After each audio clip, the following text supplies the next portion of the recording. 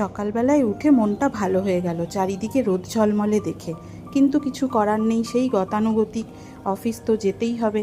তার জন্য টিফিনও বানাতে হবে। টিফিন বানাতে চলে গেলাম রান্নাঘরে। আজকে একটু রুটি আর সবজি ভাজা বানিয়েছিলাম, সব রকমের সবজি ভাজা আর রুটি। চলো টিফিন বক্স গুছিয়ে নিই। এ যেন সেই সকালবেলা স্কুল যাওয়ার মতন। স্কুলে যাওয়ার আগে যেমন মা বানিয়ে দিত সব রকম টিফিন, তারপরে আবার জলের বোতল, সব কিছু রেডি করে নিয়ে যাওয়া। চলো অফিসের জন্য তো রেডি হয়ে গেছি, জলের বোতলে জলও ভরা হয়ে গেছে, টিফিনও বানানো হয়ে গেছে। আজ এক কাণ্ড হয়েছে, সকালবেলা ব্রেকফাস্টে কী খাবো সেই এক চিন্তা থাকে রোজ।